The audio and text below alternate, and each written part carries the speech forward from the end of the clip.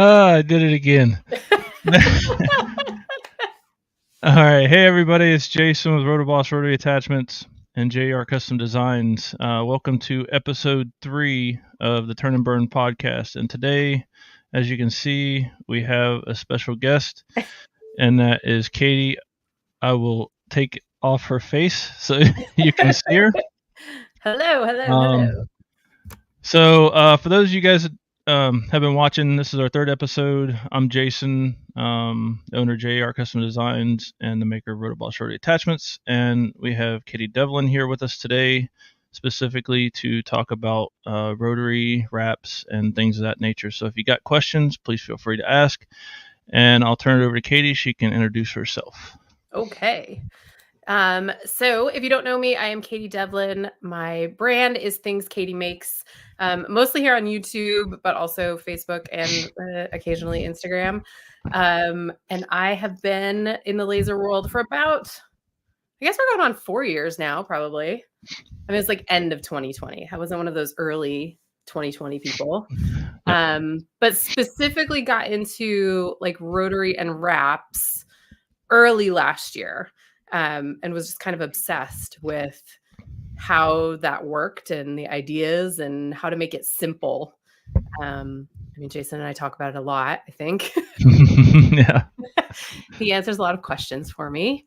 But I think there's a lot of complexity that people are facing and things that are confusing. And we like to try to make it simpler. Awesome. Well, thanks for joining us.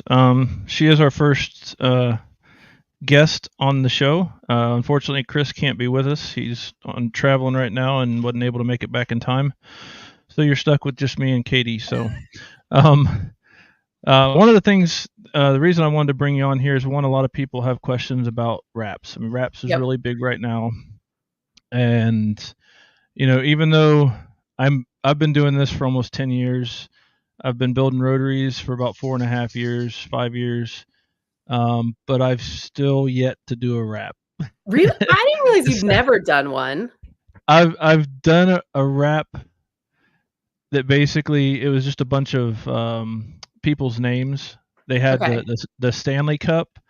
So they used a black Stanley Cup and they put names all the way around it. But I've never done an actual wrap where they're kind of intermingled. Okay. Or where they come together completely seamless. Yeah. So unfortunately, I'm not the best person to ask about that, and I usually point people towards you because I know you do a lot with that. And when you started doing it, I thought you were nuts because that like seemed I do remember that conversation. It seemed like you eat and sleep rotary wraps and trying to figure it out and everything. And I'm glad to see that you've done what you've done because I would say, I mean, there's other people out there, but I would say you're probably, in my opinion, in the forefront of kind of doing that thing. There's people that have probably been doing it a little bit longer, but you seem to kind of push the envelope on what you can do on your designs and everything. So, well, thank you. That's the main reason I wanted to get you on because I know a lot of people have questions about it, and I'm not the person to ask. And plus, you know, doing this, getting the information from you as well kind of helps me moving forward as well. So I linked the description to her latest video, which is about 35 minutes long. Sorry. It's a long one. It is a little long, but there's a lot of information in there on how to set things up and from starting your machine to, you know, cleaning off your product. I think it's a really good video. So the link's in there. It's also at the bottom of the screen. And so go check that out if you can. Give her a like and subscribe, and I'm sure you'll be pleased with what you see coming out of her YouTube. So I know it's silly, Jason, but like there's sometimes I don't know what to Google. Did you hear my shout out in there of like I cannot for the life of me figure out your bubble levels, what the heck that thing is called? But like just simple things like the hex wrenches for the screws on the Stanley. If you don't know what you're looking for, like if you don't know the name of that, so some of those things that maybe seem a little excessive in some of these videos, I just try to think about what are things that might save someone, even if it's, 5 minutes. Yeah, exactly. Themselves. Yeah. I mean, I love the way you do your videos. Just, and we'll talk more. We're gonna kind of go through the breakdown of everything, and then she'll take over and start talking about other things. But one of the things I've liked about you since I don't even know how long ago, a couple years at least, is just the way you present the information. You're very bubbly and joyful and kind of playful at sometimes and things like that. So it's just for me, that's the kind of content that I like. I don't like to watch people that are just kind of like monotone and just feel like they're reading from a script, even though you may or may not at points have a little script there to follow. Yeah. You make it kind of interactive and entertaining, even though you're the only one on the screen. So Thank you. I so appreciate that. hey everybody, we got a question here. I guess Yep. well we'll take questions as they go, but we're gonna try to give Katie about 20 minutes or so to kind of break down the nuances of doing wraps. But the first question we have is from Belinda. I would love some help on taper design to actually to go onto a cremation urn's typical flat surfaces. No typical flat surfaces. Yeah. So let's start with that one, and then we'll talk more about the wraps. So a couple of things. If you're working in Lightburn, that new, I was playing with the taper warp feature. Have you played with that yet, Jason? Oh yeah, I did a little short video on our YouTube. Okay. It's actually pretty useful. It's super useful, and it's really good for things like if you're just doing a one-sided thing. So if you think about, I have a tumbler. Hold on, let me get it off screen for a second. Sorry. You'll remember this one from LBX, right? Oh, yep. So if you think about these little ovals on the bottom, those are actually circles in the design. So and these rectangles are squares in the design. So if you just think about the way that because that size is so much smaller, it's getting compressed, but that's different than how you get the circles that look like little eggs. If you're just doing that taper, which that taper warp is really good for stuff like that, like logos and things that are going to go on even just I'm out of focus. Sorry. Microphone in the way. Even just things fancy. Gosh, it just does not want to focus when the microphone gets in the way. It's because I have that product thing on my camera, like the makeup people have. Oh, the ring. Where you put the thing in front of you and then you have to cover your eyes and it'll focus. Yeah, so I have to turn that off on my camera. Anyway, so the taper warp is really good for something if you're just doing something on one part of the surface, not a full wrap. I haven't tested it out with a full wrap yet, because I don't know that it's really intended for that, but I will play around with that. But definitely if the shape of the urn, depending on if you're going to put it, if it's if I think of an urn, I think it's probably more like this, right? It's skinny and then wide and then skinny.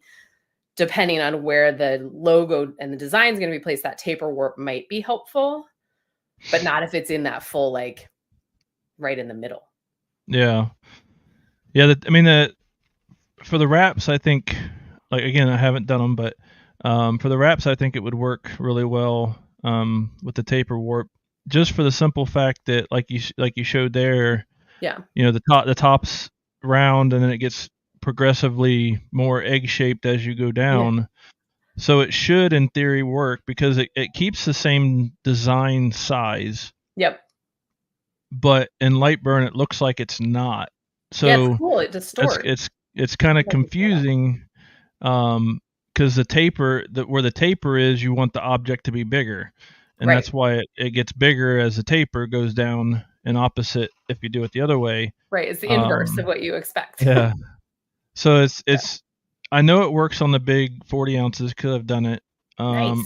Not all the way. Well, I use the Polar Camel, which have a little bit more of it. They have a little bit more of a taper, I think, than the Stanleys do. So I've done that in that open area there, and it works really well. So I can't imagine that it wouldn't work the full length. Now, with urns, I've had several experiences with the round urns like you're describing, where it's kind of small at the top, it bulges out, and then it narrows back down. I'm assuming that's what she's referring to. Let us know if that is. But what I've done is I typically use a 4-inch lens on like my Nova 24 or my 63. I've done it on the Odin 32 with the 2-inch lens, Okay. but you have to make your engraved area smaller. Yeah. If you're trying to do a full wrap of some sort, I would basically level the flattest part of it, Yep. like where it rounds over and then starts to taper down to the narrow end. I would use that section there To to focus. kind of get you, well, your focus and the taper warp. Oh, okay. I I would see. use that. You know how it says, pick your opening Yep. at the At the, top, at the bottom, and then the yep. length of it.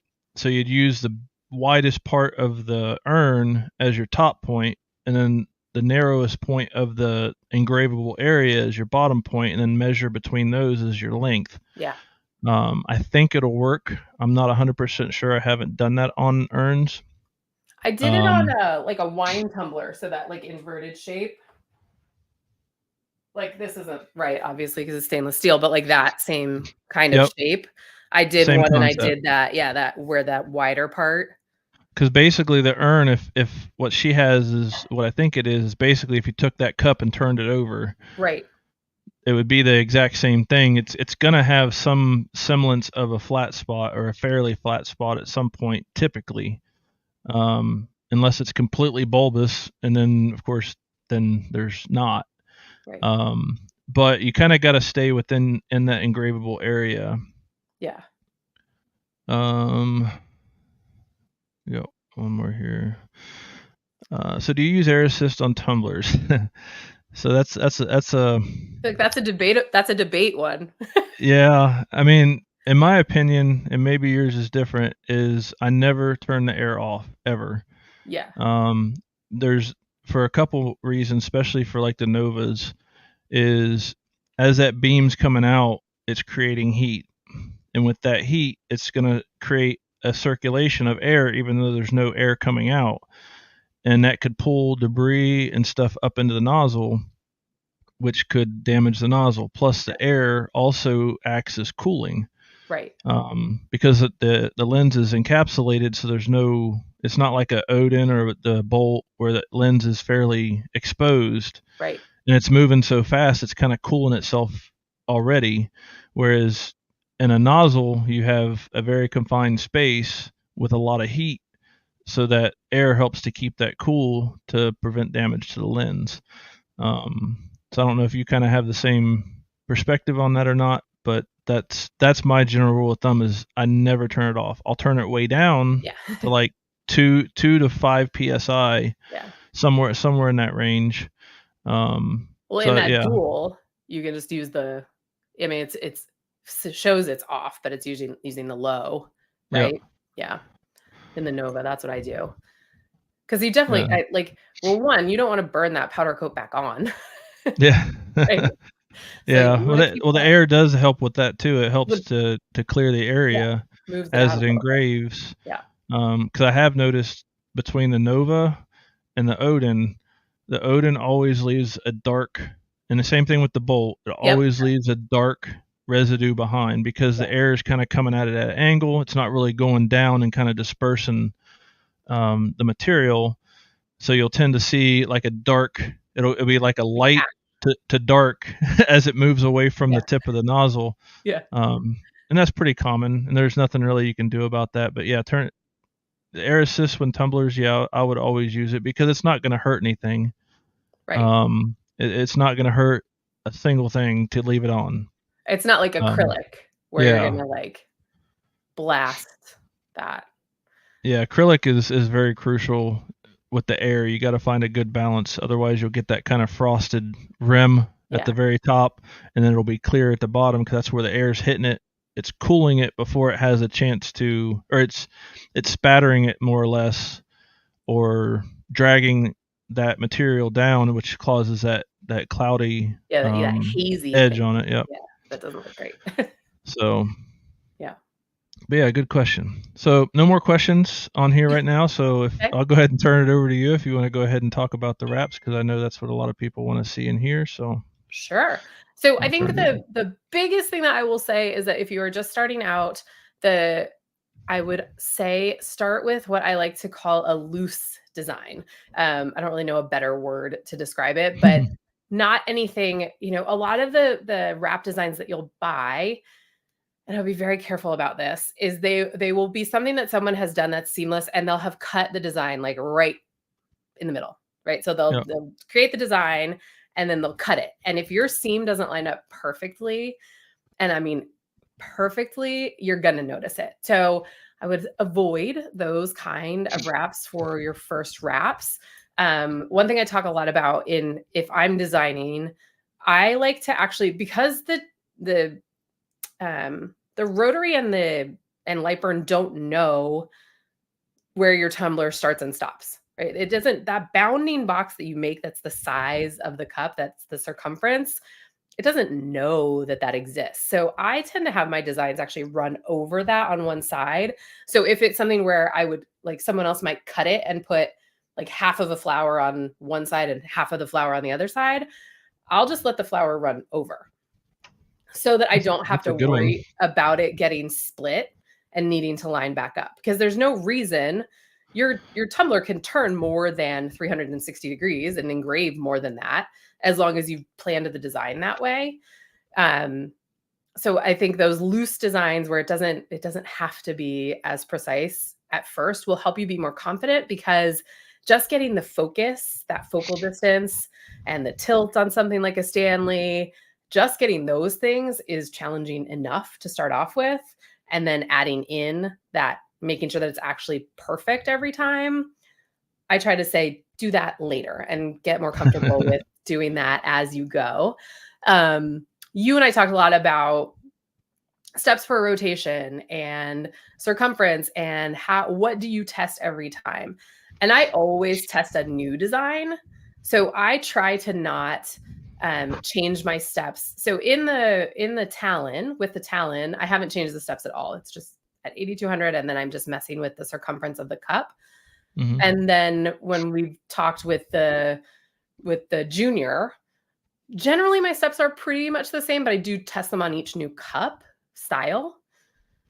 But then I always test the design, either with painter's tape or just test the edges and just make sure that where it's coming in, that one, I like the scale. So I will have a lot of times I'll have something that looks good on the screen, and then I'll get it on the cup and I'm like, oh, that's too small, or it's too big, or it's just like, I don't love the way it looks. So I always test with painter's tape, and always do at least just a quick check. It doesn't hurt you to do a little 50 millimeter box and make sure that you're set at 50 millimeters. And usually I'll find that I made some silly error, like forgetting to change my circumference of my cup in my settings. Yeah. That's usually how I find something like that, is doing that quick test. I also highly recommend having a delay set on your machine. If you don't have a 15-second delay set that, because frequently you'll forget that you set an origin somewhere, and you'll go and you'll see where the head traveled to, and you're like, oh crud, that's not where I wanted that to start. I gotta fix that. And you have time to stop it if you have a delay set. So I think those are important starter tips. Yeah, I like the tip about making the design actually overlap into itself. Yeah. Because I mean, that, especially with technical designs, I mean, there's some people, and I think you've done them as well, where you get them to butt up together. But like you said, it's very hard to do. Whereas with the overlap, it's an awesome idea to basically just extend it a little bit. That way, if it engraves over, it's not going to do anything. It's just going to continue that design and not have a seam at all.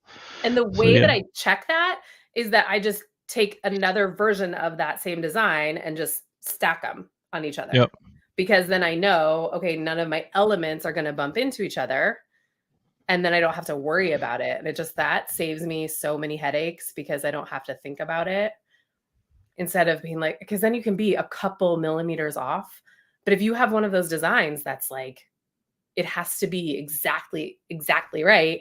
And even we've talked about it, if you're doing that test with painter's tape, you might be adding a millimeter with that painter's tape.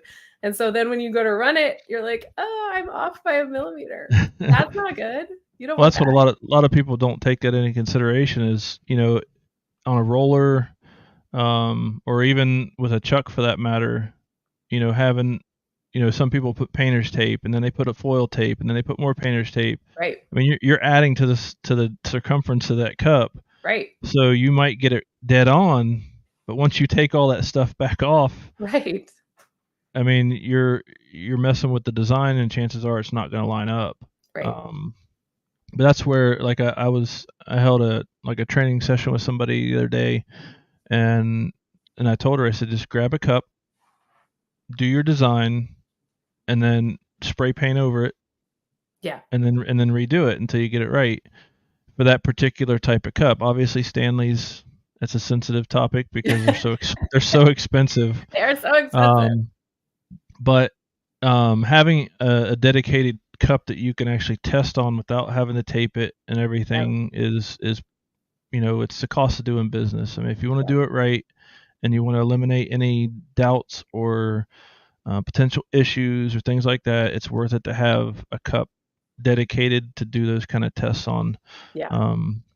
Because I don't know how many times I've got questions like, oh, I did my test on tape and it worked fine. I took it off and it's off. I'm like, okay, well, there's a big reason for that, and that's the circumference has changed, and it's just the nature of the beast. So but yeah.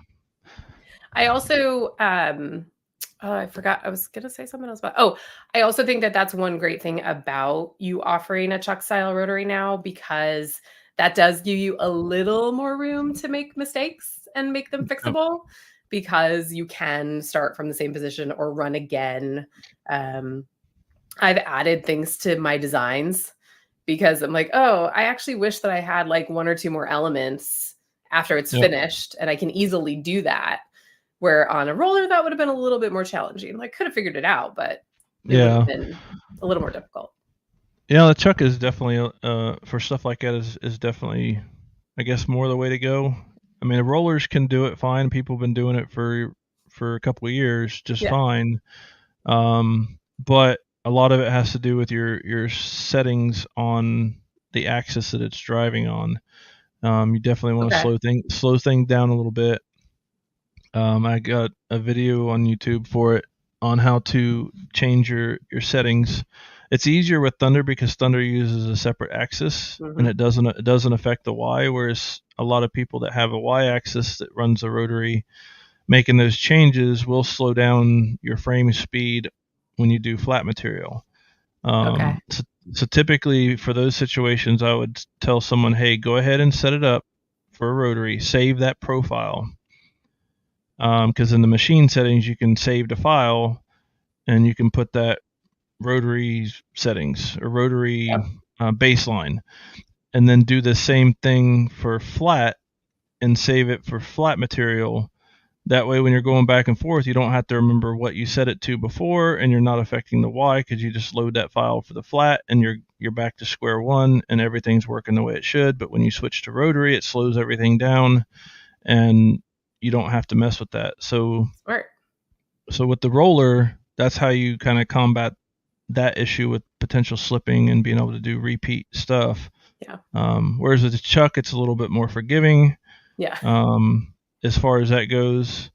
And granted, it can still slip, depending on how fast you're moving it, because the grip pads are rubber and they're sitting on a post. So if you go too fast and inertia keeps the cup spinning a little bit, it could potentially turn a millimeter or something. Not as likely, but it is still a possibility. But the Chuck is definitely, for stuff like that, is the way to go, especially with Galvo, because Galvo is getting really, really big. Fast, right? Really fast. Yeah, it's only been, I don't know, year and a half, and things just kind of blew up with that. And that was kind of one of the reasons why I went to a Chuck. Because, obviously the market is there for it, for those type of machines, and that's what it's best suited for, in my opinion, because you can do a lot of stuff like the cross hatching, like the video you did a while back. So you can add a lot of different features to it. You can go back and re-engrave, or you can do all kinds of different stuff and not really have to worry about it. Whereas with the CO2, if you're just doing basic stuff, or even wraps for that matter, a roller's fine as well. So it's nice to have both of them. It is. I mean, I would say if you can't afford both, the chuck is probably your best bet for an all-around best case. Yeah.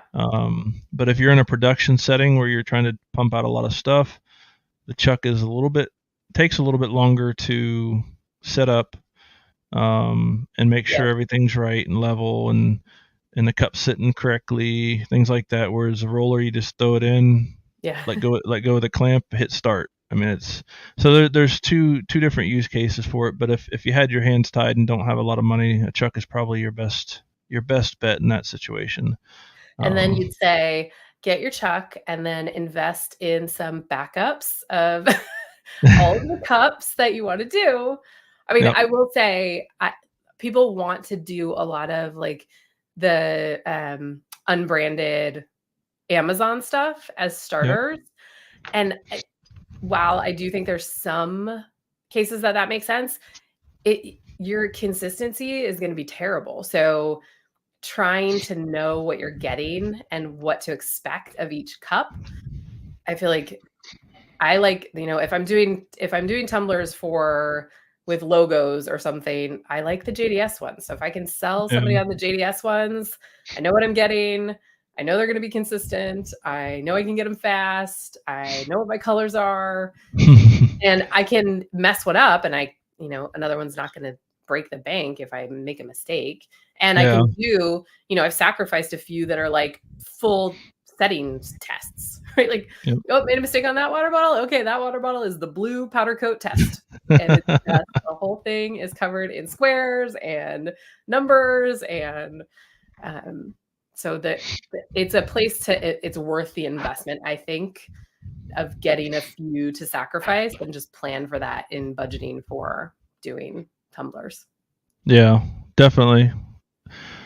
But like I said, usually one cup is enough. Yes.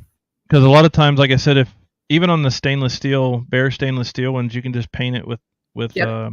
I use high temp engine paint just because it's a little bit more durable. Okay. Because Where like do you your get that?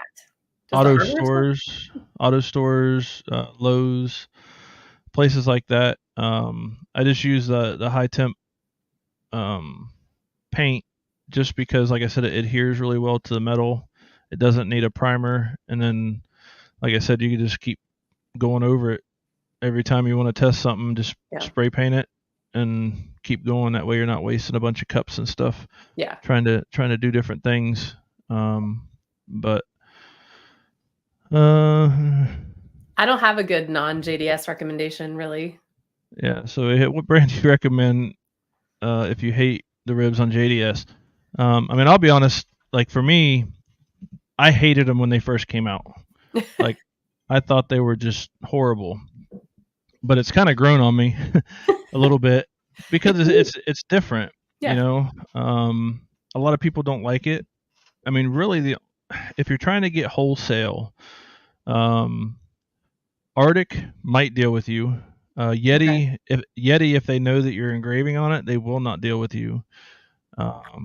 You can find somebody that distributes and wholesales them, and that's what I've done before. But I refuse to do it anymore. So if anybody wants stuff like that, I just make them supply it. Which, back to the point of test cups, kind of lends to a little bit more risk. Yeah. But that's kind of what my local business model is with doing stuff is I'll typically do the things that nobody else will do. I'm not afraid to take a chance, but I make it abundantly clear, one, if they're going to bring me something of their own, they have to bring an extra. Yeah. Not that I'm going to mess it up, but things can happen, or I can get the settings wrong or something like that. And so I always make sure that they have an extra. And if they don't, I just let them know, look, things can go wrong. We're not going to intentionally screw your stuff up, but if you're okay with it and you're willing to accept that risk, then I'm willing to do it. Yeah. So I just make sure that the customer is very clear on how things kind of go with that. That way they can't come back and say, "Oh, well, you messed it up. You owe me a cup." Well, that's why people charge so much for Stanleys on Etsy, is because they basically charge for if they had to replace that color. Mm-hmm. And in a lot of cases, you can't get some of those colors anymore. So you'll see like engraved Stanleys for like $300. Yeah. Well, and that's where people I think go wrong, because one, you can't charge based on that, because Right. you'll potentially run yourself out of business, Yeah. and two, um, it's just, to me it's just not very practical. Right. Because and that's the same on the same lines as, if you have a diode laser that takes you a half hour to do a name or something, you can't charge the typical dollar per minute Right. that most lasers do, um, just because your machine isn't sufficient to do the job quickly and efficiently. Right. Um, so it's kind of a toss up, and a lot of people lately have been asking about, what do you charge for tumblers? Like Katie, she's in New Jersey, correct? Yep. So, and I'm in Florida. So I if charge if more, probably. probably, I mean, I charge quite a bit. I mean, I Yeah. charge, well, for a JDS I charge $45, Yeah. for like a 30 ounce. Yeah. Um, and not to say that they're flying off the shelf, but you know, I'm not going to sacrifice, one, the quality, and two, my pricing, just because they tell me that they can get it off Etsy for $20. Yeah. Go ahead. You'll see what you're going to get, and go ahead. Yeah. um, so you don't want to you don't want to pigeonhole yourself, or put yourself in a position where, you're going to basically either price yourself out of business or get a bad rap because you overpromise and underdeliver, things like that. So I just some think, things to take into account. yeah, I think too, in that same kind of idea, we've talked a lot about, in different places, just making sure one of the things I think as people are learning to do their tumblers is learning all the different skills that it's taking to do that, right? Not Yep. just, that's why talking about the design, if you learn how to do something like that design that spills over and you understand conceptually how that works, that's going to translate into other things that you're going to be able to do if suddenly the wrap trend is not what's driving your business anymore. So you're going to understand and have that skill set of how to use your laser to accomplish something, which is always, I think, my goal. And I think, your goal is to help people understand how and why they're doing something, right? Is then you have that skill set to creatively come up with something different or to try something new, or to be able to know how your machine works and why it's doing the things it's doing, rather than like, okay, I bought this design and it doesn't work and I'm just going to scrap it or whatever that is. I think those things help you to make sure that you have a continual sustained business. Oh, Jason froze. Uh-oh. Oh, there he is. Yeah, yeah. I lost connection. Still said, I hear you now. yeah. Okay. Did you hear what I was saying about? No, Okay. it cut off right as soon as you started talking. It cut off. I went on a passionate speech, Jason. But I was I'm just saying, sorry. you and I talk a lot about like how we are always trying to help people understand how, like the how and the why of what they're doing. Like, Hmm. why do I do this thing with my machine? And why is this important? And what do I need to understand to make it do the thing I want it to do? Rather than, spoon feeding like settings, because they're not going to be the same for everybody. And they're not going to be the same, even with the same machine, same tube, same cup, it could still be different because Yep. there's just different factors. It was a very passionate speech. Yes, it was. I'm And sorry. those skills, no, those skills that you're learning by doing these things, if for some reason the wrap tumbler thing is not your thing next year, you have skills to be able to translate them into something else to continue to grow and sustain your business. Yeah, and the big thing about that is like you said, learning skills. Yeah. I've been doing this almost 10 years, like we talked about before, and you know, sadly, I haven't done wraps, but that's okay. It's not something I care to really get Not your into, thing. but Yeah.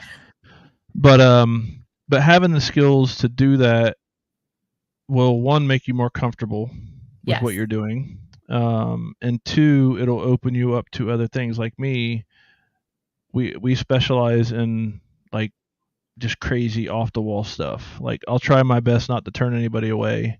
And as long as there is, like I just did like a it looked kind of like an oversized spittoon, but it was like a rounded something with a lid on it, and they wanted writing on the front and the back. And actually, I'll have a video coming out about that once my editor gets done with it. But that was completely a crapshoot. I didn't know what laser to use. I didn't know what settings to use. I didn't Right. know anything. But we ended up using the UV because it was Okay. stainless steel, and we can get a nice black engraving with the UV on the stainless steel without having sprays and all that stuff. Yeah. So things like that. The skills that you learn, like she said, may not correlate to wraps and such anymore, but it'll definitely help you kind of understand more how things work. It'll make you understand your laser better, your rotary Yeah. better. So anything you can do to push yourself, like try to get out of your comfort zone when you're doing stuff like that. And here I am talking about comfort zones, and I won't get But out of mine. it also makes you super confident about the like easy things, right? Yep. So, I did just like for a charity donation last week. It was like, wow, I just did like 7 tumblers in the time it takes to do a wrap because I was just putting like a name on them. And it was so easy. And it was all different sizes and all different things. And it was like boom, boom, boom, boom, boom, because I knew how to position the origin and get everything set up really fast. And then they were Yep. done in like 3 minutes each. I was like, this is great. Love it. But the downside of that is, and I actually had this happen. You were talking about making sure that you reset your origin and Yeah. your object 15 diameter. second delay, Jason. It saved my butt more times than I can count. I was at a big event. It's a 3-day event down in south of me in Florida, and we had so many orders coming in. I was trying to pump them out as fast as I could, and I went from doing a 20-ounce cup to doing a 32-ounce dog bowl. And I didn't change the steps. So Ooh. it was very elongated, but it worked because the dog bowl only had about 2 inches of height to engrave on, so Yeah. the brand was really small. So Okay. when it elongated it, it obviously made it a little bit bigger, and it actually turned out really well, thankfully. Phew. But that was just luck, I guess, that Yeah. it turned out the way it did, because it could have went the other way. Right. So being mindful of that, because you get complacent, especially if you're doing a lot of like stuff Totally. over and over and over and over again. You get really complacent. So just kind of taking it back and just regroup a little bit, because after that I was like, all right, I got to slow down because I don't want to ruin anything. I did a bunch of water bottles at Christmas last year for a soccer team, and Yep. it was a logo that was definitely like you could tell if it was squished. And I had done a bunch, and I was using the junior, and I set one on like the neck instead of the neck riding on the wheels. I actually ended up having the water bottle right on the wheels. And so instead of it being like this wide, it was like this wide. And I was like, oh, and I was running Oops. low on water bottles. It was, it was one of those Christmas fun things that happens. But so I Yeah, still make plenty of mistakes. it happens to the best of us. Yeah. And I'm Hey, by Lou. I'm by no means an expert.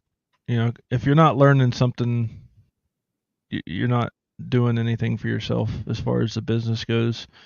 So you should be learning something as you go, whether it's tweaking power or speed or Yeah. the diameter of things or the steps or just whatever. I mean, as long as you're learning something, I think you'll continue to grow. I've been learning all about ramp tests. I've been trying to learn that recently. Yeah, I've done that. I've done that once, and I did it on the Bolt.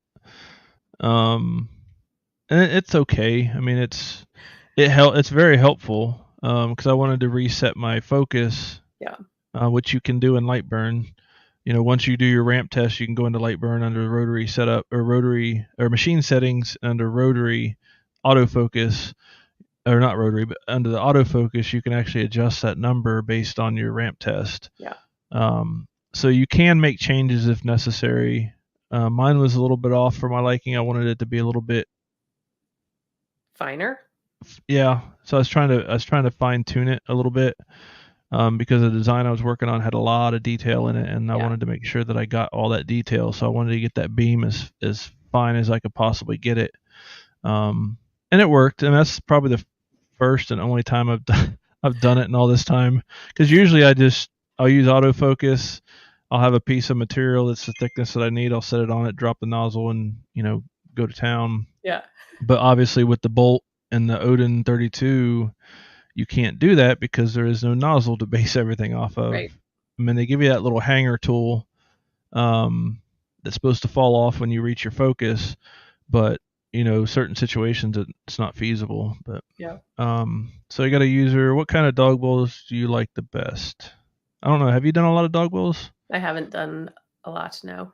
No. I've only used the JDS ones. Yeah, I like the. Go ahead. I haven't put a Yeti in there yet. Yeah, I've done the JDS, which I prefer, like you said, because if I mess it up, I just grab another one and I can go. Yeah. I've used the ones off of Amazon, and they've actually been really well. I don't have the link for it. I might be able to find it and throw it in the chat. But I've used those. They're really good. They're about, I would say the coating and stuff is about similar or the same as the JDS. So it engraves really well. Actually, I think one of the videos that I posted about the dog bowls, I think was one of those. Not 100% sure. I have to look back at that. But anyways,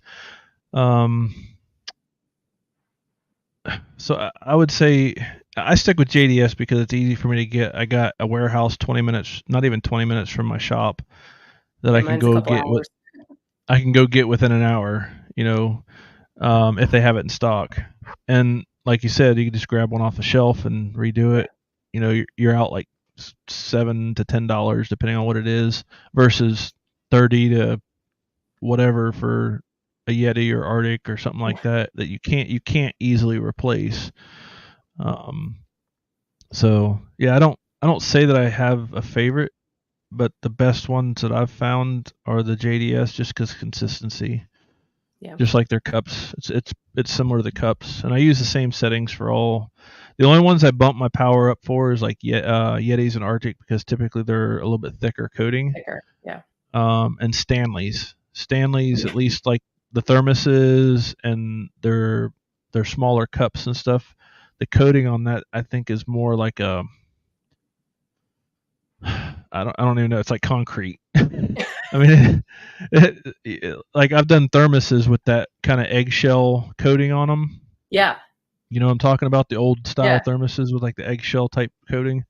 I've done several of those, and it's a crapshoot. But typically for anything other than JDS, I'll bump my power up like 5 or 10%, because as long as you don't go too hot, then you're not going to really damage the cup. Right. Yeah, you're lower risk of one, not completely engraving through, and two, you're not necessarily going to burn through the metal. And of course that depends on your laser power. If you got 130 watt, you can't use the same settings as you do on a 60 watt. I did that, by the way. Can you actually? You can't actually with a CO2. Could you actually burn the metal? You can burn it. You can't. It won't engrave it. It'll tarnish. It'll turn it like a brown, hazy color. You won't be able to engrave into it. But if you use enough power on like a raw stainless steel, it'll actually tarnish it like a bronze color, like a light gray to brown color. So yes, you can burn it, but it won't engrave it. So as long as if you're doing like a repeat engrave, you don't have to worry about like bumping down your power or anything because you've already used the power. The power's it's not going to hurt anything to go over it with the same power. Now, if you do that many times, that may vary, but in my experience, just running the same power a second time. Yeah. A lot of times I'll do it on like black, white, and like white is tough. pink or red.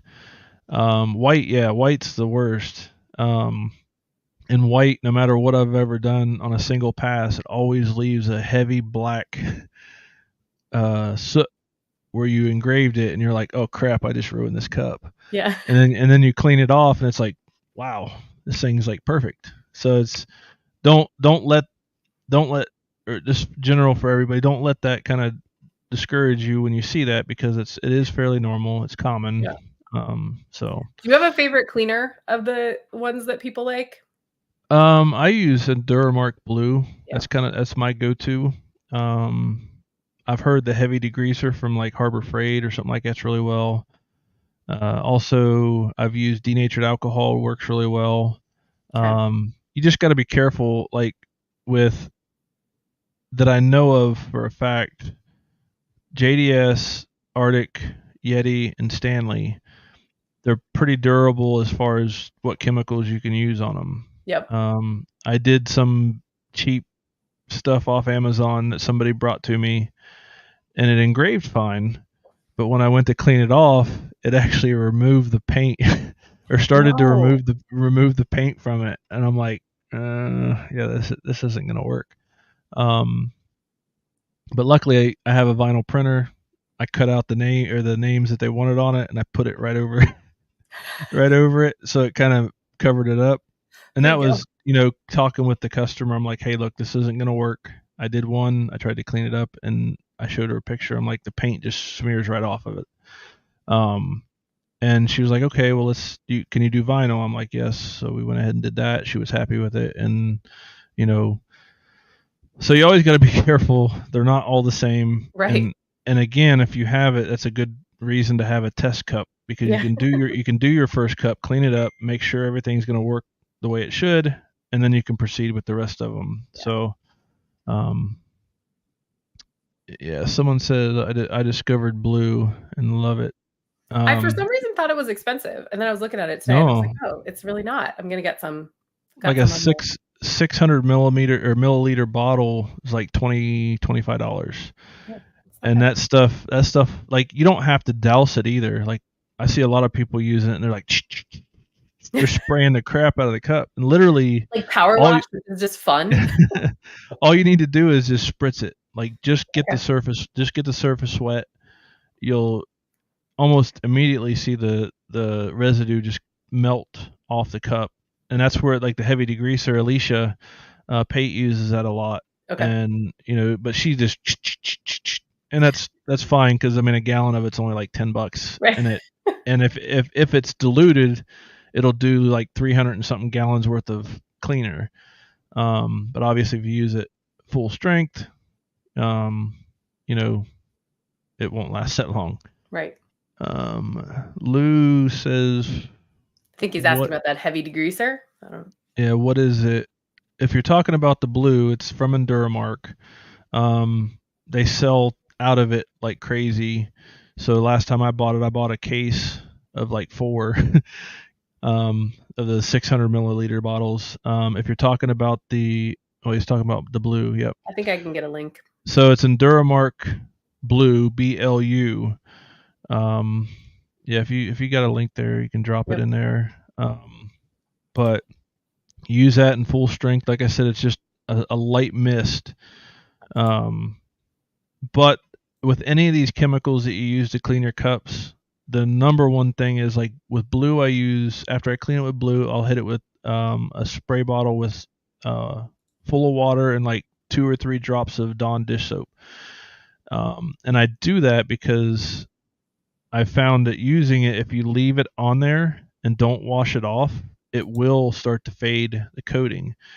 So with the soap and water, it kind of neutralizes the acidity of the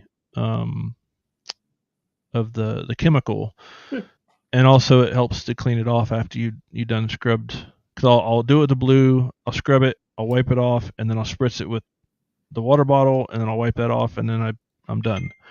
And I haven't had any issues with that, doing it that way.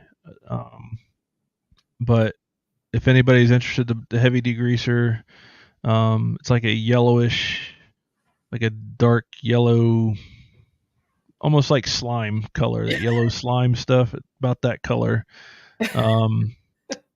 But you can get that from Harbor Freight. It's like $10 or $11 for a gallon of it. You can dilute it if you want, or you can run it high strength or full strength as well. But those are the two that I would say are kind of. I don't use the heavy degreaser, so I can't say it's a go-to. I know people that have used it. I use denatured alcohol or blue, and 99% of the time I use blue, and it works great. It is fun watching the powder coat residue just kind of just melt off, and it's all shiny underneath. Yep. I do keep some Barkeeper's Friend on hand too, though. Sometimes if like I need to shine up the stainless steel underneath. Is that like cleaner polish or something? Oh, it's a powder. Like, you can get a like a creamy one, but you can get a powder and you just make like a paste. Okay. But I had it in the house for other things because you can use it on like tarnish on silver or whatever. But it works on that stainless steel if you're finding that it's like not very shiny. Even if you got the powder coat off, but that's like it's not shiny, you can use that to make it shinier. It polishes it up nicely. I've heard of that stuff, but I've never seen it, so I didn't know what exactly it was. I thought it was probably another spray or something, but no, there's like a cream one and then like the powder one that I use. That doesn't mess with the powder coating? Or the no? Might have to look into that. Yeah. So although acetone, if the worst case scenario, if you didn't get something off, the acetone will do it, but it'll take it all off. Yeah, it'll take it all off. You gotta be real careful there. I've had to do that sometimes, like with a maroon.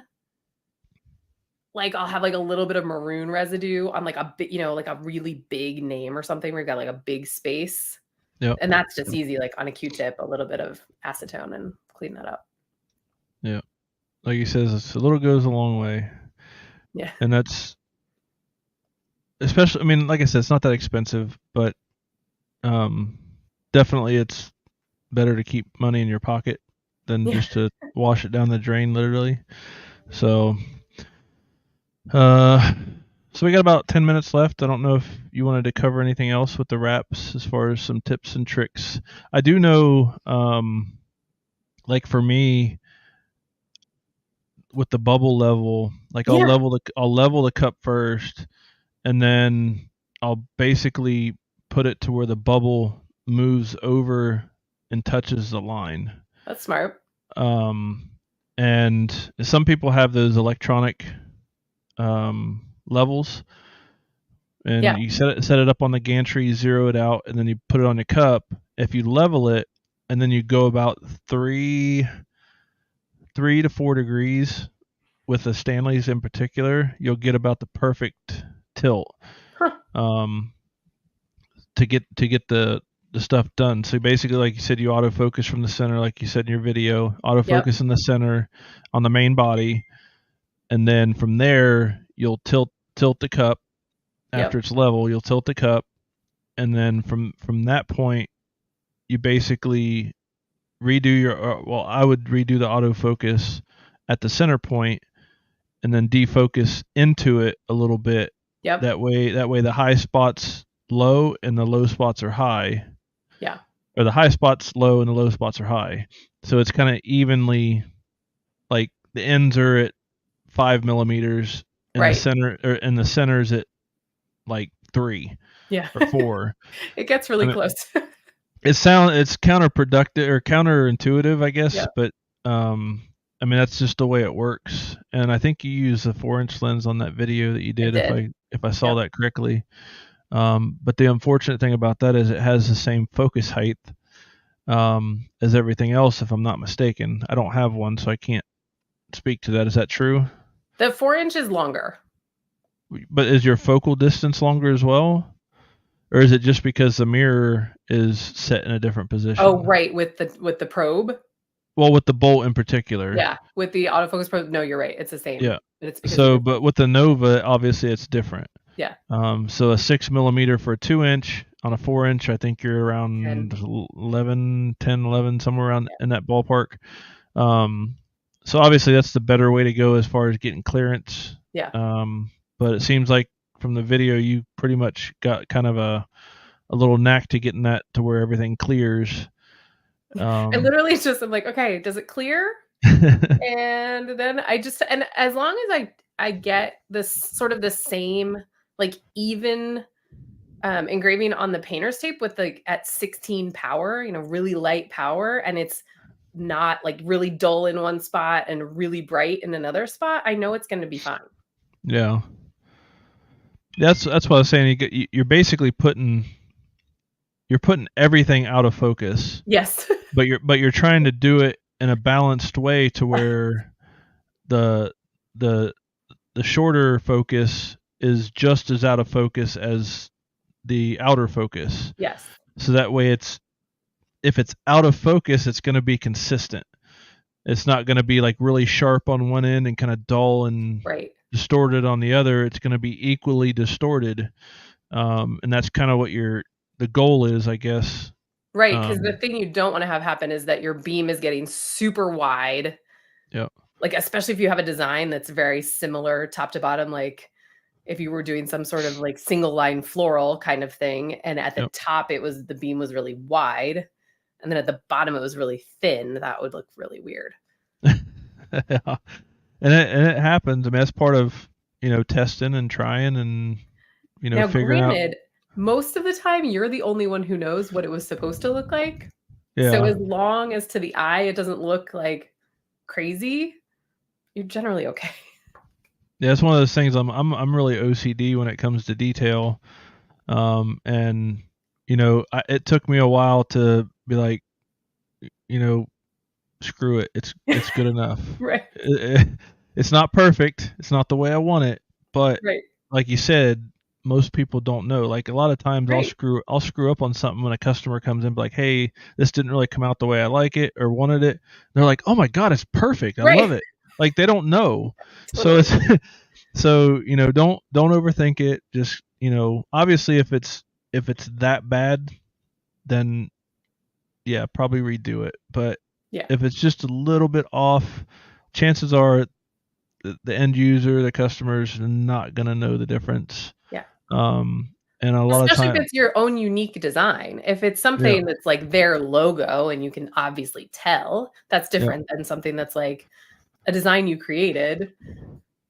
Show it to somebody else and see if they notice your error. And if they don't, then it's probably just a you issue. And not that you shouldn't have high standards, but don't make yourself crazy. Well, it's like you're looking, I mean, depending on how you are, like myself, I look for problems where problems probably don't exist just because, I want it to be perfect. And I've kind of done that with my business is, I don't let junk leave. But I've had to kind of throttle back on that a little bit. And I tell people the same thing. It's like, look, I understand you want it to be perfect, but it can't always be perfect. There's going to be something wrong. But as long as it's presentable, it looks nice, most people aren't going to know, and it's not something that's going to detract from the look of it. And you have to think about what's worth within like the prices that you're charging and the time that you have, what's worth those fine tunings. Where does it actually make a difference? Where can you get paid for that? And where are you not going to? I mean, if you think about like not Tumblr related, but if you think about something like keychains where someone might finish with something completely different than someone, and in like a listing on Etsy, you can't tell the difference. So someone can't tell why you're charging $18 because you did all these other things to it versus the other person charging like $8. So where is it going to make sense? And how and where are you selling it, and how are you presenting it, and how are you telling your story? Well, that's why I had a guy. He's not by trade or not by profession, but he's what am I trying to say? He's a merchandise person for Okay. a famous basketball player. Um, Okay. he came into my shop and he wanted to get some stuff done. I actually posted a video or photos on it before. Some people might understand, but he brings a cup. He's like, "Hey, you do cups, right?" I'm like, "Yeah, we do cups. We do all kinds of stuff." And he was like, "Can you do this design on a cup?" And I looked at it. I'm like, "Oh my god, what is this?" Like he thought it was great because what they did is they engraved it, and it looks like they washed it off with like soap and water, so it still had the residue in the engraving. Ooh. And I'm like, Okay. "Do you mind if I try something real quick?"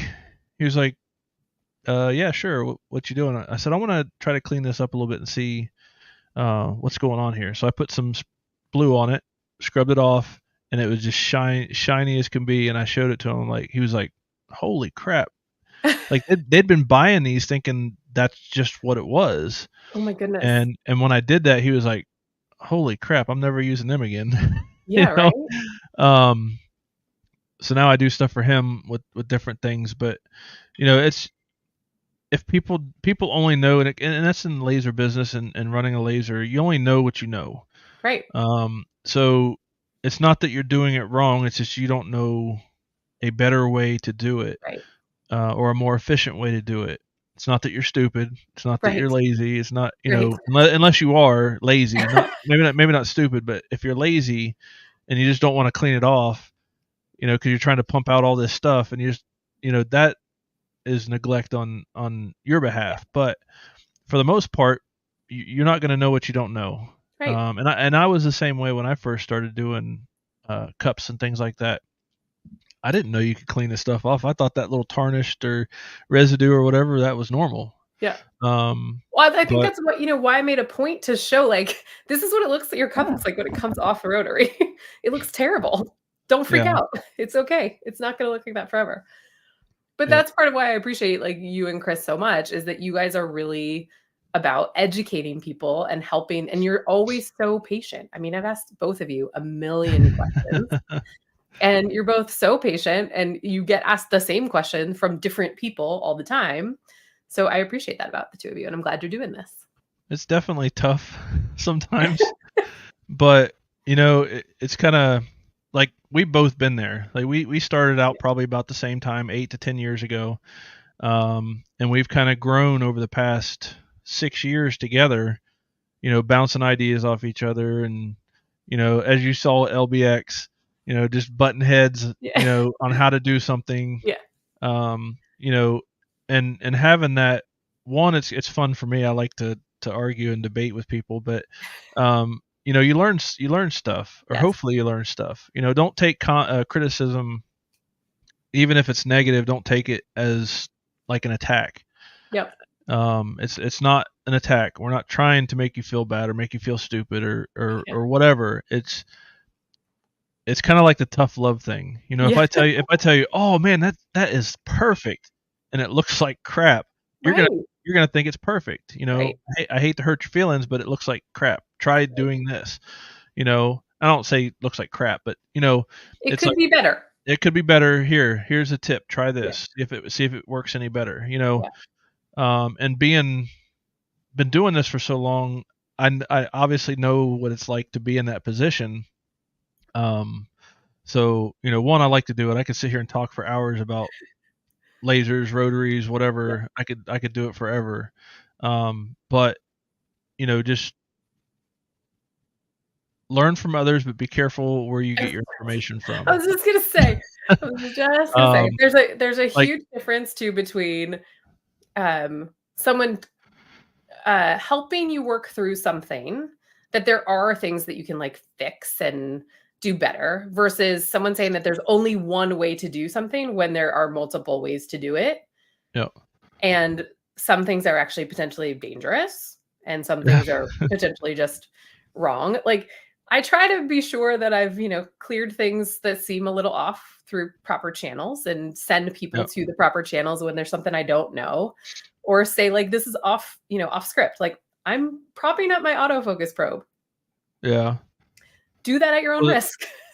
Well, there's things like if you're asking a question on Facebook and you put very little detail into the question as far as what settings, machine, rotary type, Yep. whatever, or whatever it's related to, if you don't put a lot of detail in there and you see a bunch of people just shooting, BS answers to you without even asking a single question, don't listen to them. Right. Like, don't listen to them. Yeah. I mean, if someone's not asking you questions about what are your settings, what laser are you using, what power, speed, lens, you enter your scan offsets. Yeah, like I've seen pictures, and me and Chris have talked about this before. It's like you see a picture, it's like, hey, here's my cup. What's wrong with it, or why is it doing this? If people aren't asking you questions and they're just throwing out answers, do not listen to them. Yeah, because it's the worst advice you're going to get. They may be right, or they may have guessed properly, but I've seen people tear their machines apart. I've seen people just go down the deepest rabbit hole, and it was something very simple, like a push of a button on the keyboard, simple. Yeah. And they've tore all their lenses out. They've realigned everything. They've done all this other stuff, tighten, loosen, remove belts, whatever. Just be careful who you get your information from. I'm not saying people out there are stupid, but it's just there are enough reputable people in this community that you should get information from. And like I've seen a couple posts Rotary related specifically, asking questions on Facebook when my number's printed on every Rotary. Right. It's like he will answer Call me. If I'm available, I will answer. He will answer. And he'll answer the same question multiple times. And yeah, I mean, it gets bothersome doing that, like answering the same question over and over again. But again, it's, obviously different person, but it's just, there's enough people out there that know what you're going through. Yeah. But the worst thing you can do is just blindly follow somebody that answers your question on Facebook without asking for details or anything like that. So we got to wrap it up. Of that. Yeah, well, we don't have to, but yeah, it's over an hour. So, but yeah, so just I don't know. I'll let Katie kind of finish off on hers if she wants to say anything. So feel free, and then I'll wrap it up. And we covered a ton. I think my biggest things are don't give up. Like you're gonna run into challenges, right? There's going to be things that are challenging, but like Jason said, there's lots of people who are willing to help you work through it. And he's right. If they're not asking questions, they're probably not going to help you work through it. So that's what we're here to do. We love hearing what things people need help with. So, making a video is helpful because hopefully it can hit the right person at the right time when they're searching for something. So if there's videos I can make that are helpful, I like doing that. Yep. Awesome. Well, thank you again for coming on as our inaugural. So much fun. It went so fast. Yeah, time flew. Yeah. So hopefully everybody got a good piece of information. Like I said, I linked her newest video, which specifically talks about wraps, but a lot of that information can roll over into just doing basic engraving on tumblers. It doesn't have to be wraps, but a lot of the information is great information for doing anything Rotary related. Really doesn't matter what Rotary you have. It just take a look at it. It's linked in the chat on at least where I posted all the Facebook, and check it out. Things Katie makes. She got quite a few videos. I don't know how many videos you got. I don't know. I'm not sure. I just want to look here. So there's only 49 videos, but a lot of the videos she puts a lot of work into them, and they're very informative on what she's doing. So take a look at it. More is not always better. And I know she's working on more. She's been busy, so I'm sure there's going to be more to come out from her. So thank you for joining me on this. Sorry to everybody. Sorry for everybody that was looking for Chris for a little bit of argument sake, but thanks for watching episode 3 of this. I hope to keep this going. We'll get more people on here, and if you guys have any questions or whatever, leave them in the comment section of the videos, and we'll try to answer them as best we can. And other than that, don't forget to, if you go to her page, which I hope you do, don't forget to like, subscribe, and ring the bell, all that stuff. Same with ours, Rotoboss Rotary Attachments. We have a lot of videos coming out with all our rotaries on how to do certain things, and we're working They're on really making. good, Jason. Their production quality is top notch. Yeah, I got someone besides myself to do it, so so it comes out a little bit better. But we're working on that. He's new to doing it, so Great. we'll get better at it as we go. But we plan on doing a lot more stuff. And I hope to see a lot more stuff from you. Hope to see you guys in episode 4, whenever that is, probably in a couple weeks. We're trying to keep it on a 2-week schedule, but we'll see how it goes because we're trying to get everybody's schedules to line up. And unfortunately, it didn't happen tonight. But thanks for watching. If you have any questions, feel free to ask us. We can find us anywhere on Facebook, and we'll be happy to help you. So until next time, I hope you guys have a great evening, and we'll see you in the next episode. Take care.